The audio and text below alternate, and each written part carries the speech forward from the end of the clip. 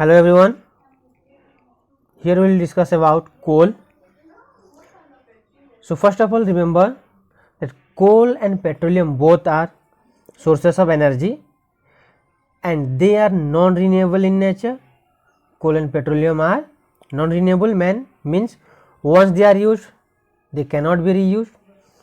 They were made in the nature for a long time before and they will finish after long time use, no doubt. Means देखो, ये जो कोल and petroleum है इनको बनने के लिए लगता है billions millions of year. How much? Million of years. And we can finish them by hundreds of years. Okay, means from some statistical survey, if we will use continuously the coal and petroleum, they will be finished by 100 year. In coming 100 year, the total amount of petrol or diesel, all these things will be finished from the earth surface. So definitely that's why now we are going through many many programs, many awareness programs regarding minimizing the use of fossil fuels, right? So earlier I told you that coal and petroleum both are known as fossil fuels. Why they are known as like that? Fossil fuels. So before calling or before saying coal and petroleum are fossil fuel, let's have a discussion.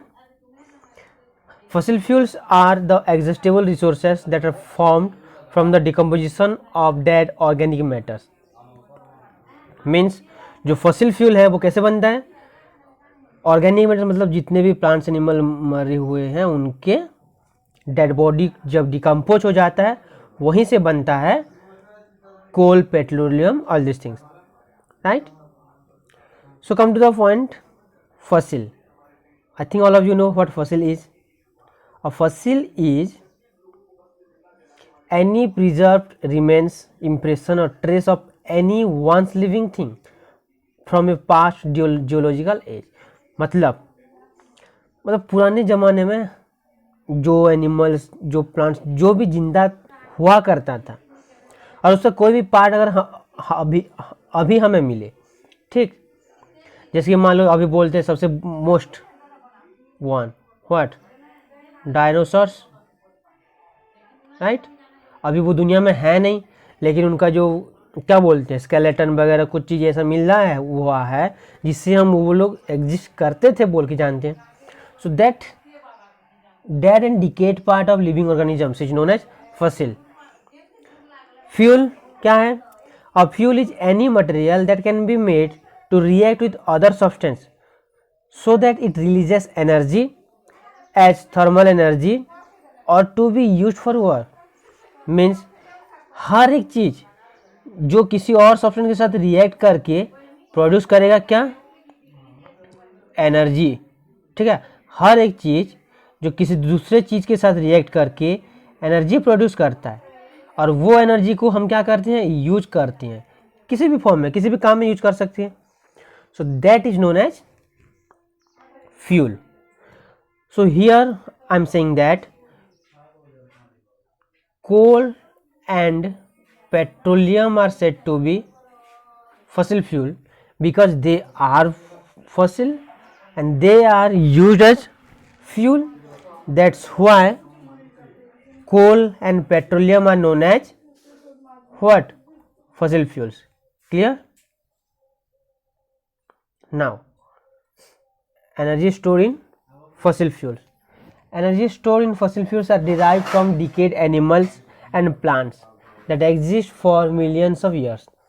Means if some organisms or some animals were living thousands or millions of years ago and they are dead and their dead bodies are what? Under the earth crust, है ना? Earth crust के अंदर वो बहुत सालों तक क्या दबे पड़े हुए हैं, तो धीरे धीरे वो सब क्या हो जाएगा? Decompose, right? डिकम्पोज होने के बाद उन्हीं के बॉडी से फॉर्म हो जाता है कोल और पेट्रोलियम, ठीक। एंड यही कोल और पेट्रोलियम को यूज करके हम एनर्जी रिलीज कर सकते हैं। I hope you people know in how many variety of way we can use both coal and petroleum. Clear? Now,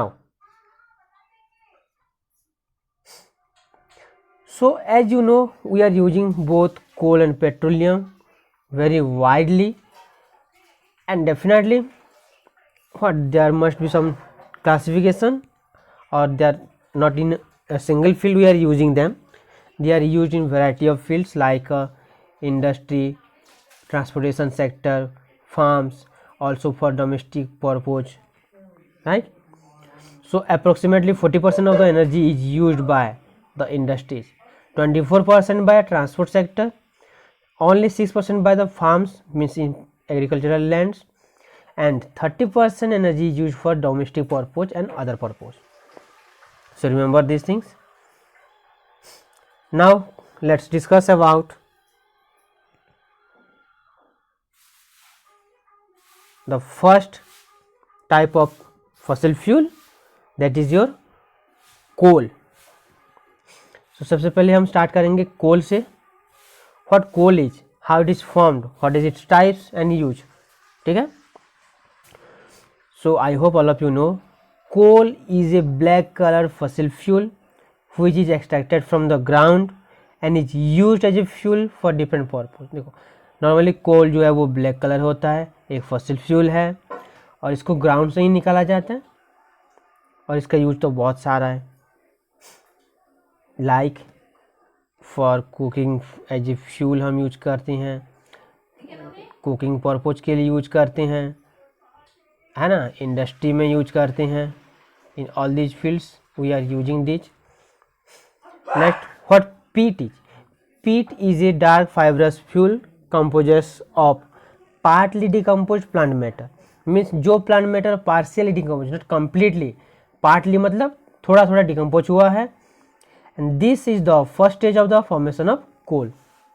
मतलब जो कोल फॉर्म होता है ना ग्रेजुअली, है ना, लास्ट स्टेज में क्या कोल फॉर्म होता है. सो उसका जो फर्स्ट स्टेज है वहाँ पे फॉर्म हो जाता है हमारा पीट. मतलब जब प्लांट जो है वो थोड़ा थोड़ा डिकम्पोज हो चुके हैं उनको हम बोलते हैं पीट. ना come to formation of coal. ये कोल जो फॉर्म कैसे होता है देखो.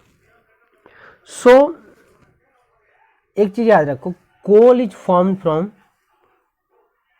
प्लांट्स और decompose plants, whereas petroleum is form from dead animals. Okay, अगर प्लांट्स बॉडी क्या अर्थ के अंदर दब गया बहुत सालों तक, वहाँ से फॉर्म होगा कोल, और एनिमल्स अगर दबे रहे तो वहाँ से फॉर्म हो जाएगा क्या चीज, petroleum. Clear. Now under high pressure and temperature. सबसे पहले ये चीज ध्यान दो, जो प्लांट्स हैं, जितने भी प्लांट्स हैं वो सब मतलब मरने के बाद अर्थ क्रस्ट के अंदर डिपोजिट होके रहेंगे, राइट. तो वहाँ पे प्रेशर बहुत हाई होता है, टेम्परेचर भी ज़्यादा होते हैं. देखो इतना एक्सपीरियंस होगा तुम लोगों का, इतना जानते होगे कि अगर हम अर्थ को खोलें, है ना, डिगिंग बाय डिगिंग खुदाई करें, तो अंदर जितना अंदर घुसेंगे टेम्परेचर उतना क्या होगा, हाई होगा, राइट.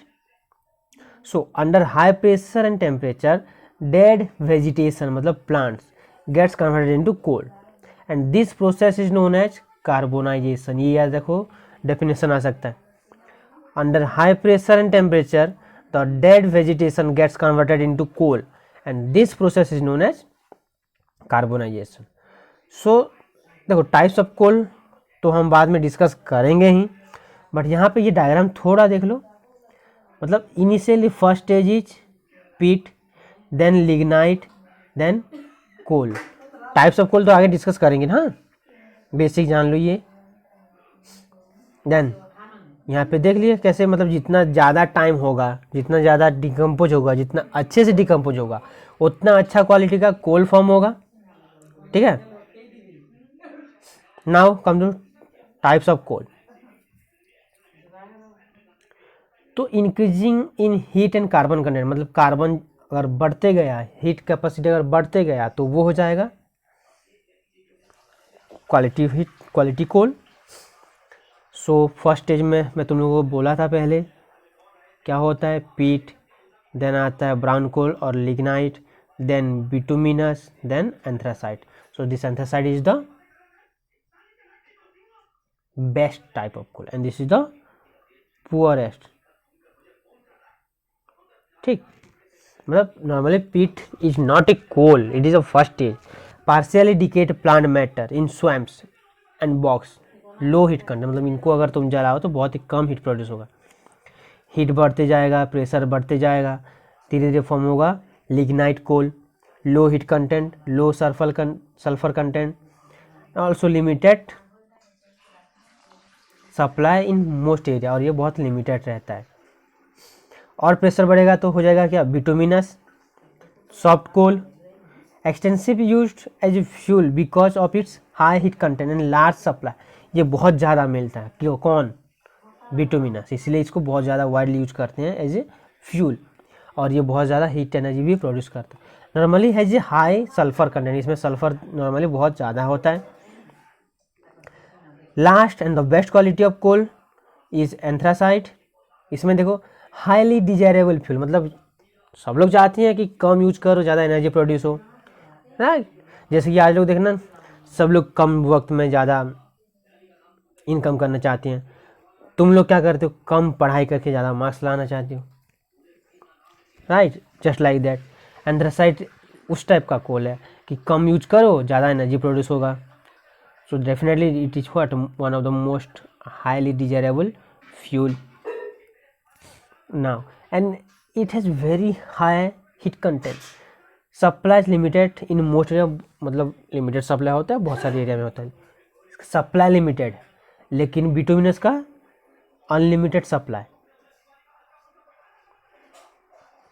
यहाँ पे देखो type of rank of coal, peat, lignite, सब बिटुमिनस, बिटुमिनस, एंथ्रासाइट, ये सबसे हाई रैंक का है कौन, एंथ्रासाइट, सबसे लो रैंक का है पीट। सर देखो प्रेशर बढ़ेगा, टेम्परेचर बढ़ेगा, डेप्थ बढ़ेगा, तो जितने अंदर का निकालोगे ना, नॉर्मली ये जो पीट होता है, ये सपोज मान लो ये है अर्थ का सरफेस, हम खुदाई कर रहे हैं, सबसे टॉप एरिया में मिलेगा हमें कौन, पीट, उसके नीचे जाओ मिलेगा व्हाट, लिग्नाइट, उसके नीचे जाओगे मिलेगा सब बिटुमिनस एंड बिटुमिनस, सबसे नीचे मिलेगा हमें एंथ्रासाइट। क्यों, क्योंकि वो सबसे नीचे है तो सबसे ज़्यादा क्वालिटी होगा, है ना, ज़्यादा कार्बन कंटेंट होगा। देन कोल टाइप, तो ये on the basis of carbon content और वोलेटाइल कंटेंट। ठीक, एंथ्रासाइट में अप्रोक्सीमेटली 86 to 92% कार्बन होता है। और देखो कोल मीन्स व्हाट, कार्बन, जितना ज़्यादा कार्बन है उतना अच्छे से जलेगा वो, उतना हीट प्रोड्यूस होगा। सो एंथ्रासाइट में अप्रोक्सीमेटली 86 to 92% कार्बन रहता है, दैट्स वाई ये बेस्ट है। बिटुमिनस में 76 to 86%, सब बिटुमिनस में 70 to 76, लिग्नाइट में 65 to 70, एंड पीट में, यहाँ पे पीट मेंशन नहीं किए हैं क्योंकि उसमें लेस देन कितना 65%, सबसे लोएस्ट है। ड्राई वोलेटाइल मतलब कितना परसेंट उड़ जाता है, जस्ट 3 to 14% इन एंथ्रासाइट, तो वेस्टेज भी नहीं है, हाईएस्ट एनर्जी प्रोड्यूस होता है यहीं से। ठीक है, so this is what the best type of coal, which one, anthracite. Clear, now destructive distillation of coal, ये क्या चीज़ है, इसका जस्ट ज़्यादा डिटेल डिस्कस करेंगे नहीं, सिर्फ डेफिनेशन जान लो destructive distillation of coal is the process of heating of coal in the absence of air. ठीक है, मतलब एक यहाँ पे देखो इंस्ट्रूमेंट तुम्हें दिखाया गया है एक्सपेरिमेंट। जो बॉइलिंग ट्यूब है ना, इसको पूरा एयर फ्री कर दो, मतलब इसमें बिल्कुल भी एयर नहीं होगा। ठीक है, उसको हीट करेंगे तो वहाँ से निकलेगा कौन कौन सी चीज़ें, कोक, कोल टार, अमोनिया, कोल गैस, ये सारी चीज़ें। ठीक है, तो बेसिकली दिस डिस्ट्रक्टिव डिस्टिलेशन एक प्रोसेस है जिससे हम कोल से उसके सारे कंपोनेंट्स को सेपरेटली निकालते हैं। ठीक, so destructive distillation of coal is the process of heating coal in the absence of air to get coke, coal tar, ammonia, coal gas etcetera. Clear? Now ये जो चार चीज़ें हैं ये सब अलग अलग हैं, उनका यूज अलग है। ठीक है एवरीवन, चलो वन बाय वन देखते हैं सबका। एमोनिया लिक्विड मतलब लिक्विड एमोनिया, और एमोनियम हाइड्रोक्साइड भी है, one of the by product form during the destructive. ये सारी चीज़ देखो, अभी हम जो चार चीज़ें डिस्कस करेंगे कौन कौन सा, एमोनिया लिक्विड, ठीक, coke, coal tar and coal gas, ये सारी चीज़ें हमें डिस्ट्रक्टिव डिस्टिलेशन ऑफ कोल से ही मिलती हैं। ठीक है, अब हम इनके बारे में ये क्या होते हैं, इनका यूज क्या है वही देखेंगे। Ammonia liquid is one of the by product of coal, it is use to make fertiliser. Fertiliser means कौन कौन से, यूरिया है ना, पोटासियम, ओके, देन ग्रोमर, ये सब होता है, डीएपी, ये सब फर्टिलाइजर बनाने में यूज होता है liquid ammonia. Next, coal gas is a fuel and it is use as a fuel in many industry. बहुत सारी ये जो देखो, ये धुआं नहीं है, ऐसे इंडस्ट्री में जो यूज होता है ना वो होता है हमारा कोल गैस। मतलब डिस्ट्रक्टिव डिस्टिलेशन से हमें कोल गैस भी मिलता है, और यही कोल गैस बहुत सारी इंडस्ट्री में एज ए फ्यूल यूज होता है।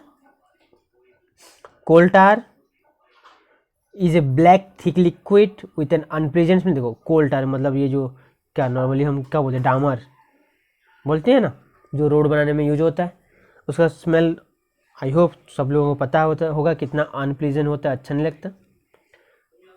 ठीक है, and it is use as a starting material for manufacturing various, और बहुत सारे अलग अलग चीज़ें बनाने के लिए भी ये यूज होता है, और ऑल्सो रोड बनाते वक्त भी यूज होता है। ठीक, Coke, coke is a black color substance and pure form of carbon used for manufacturing steel and extraction of metal.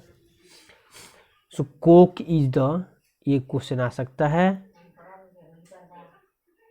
purest form of coal। कौन सा, coke, this is the purest form of coal. ये use होता है steel manufacturing में और बहुत सारे metal extraction. Metal extraction क्या है, जो मेटल ओर मिलता है ना, ओर से हमें प्योर मेटल निकलने का जो प्रोसेस है, this process is known as extraction of metal. इस प्रोसेस में यूज होता है कोक। ठीक, सो आई होप तुम लोगों को कोल के बारे में समझ में आया होगा। In this part we discussed about coal, its formation, its type and different components of coal and their uses.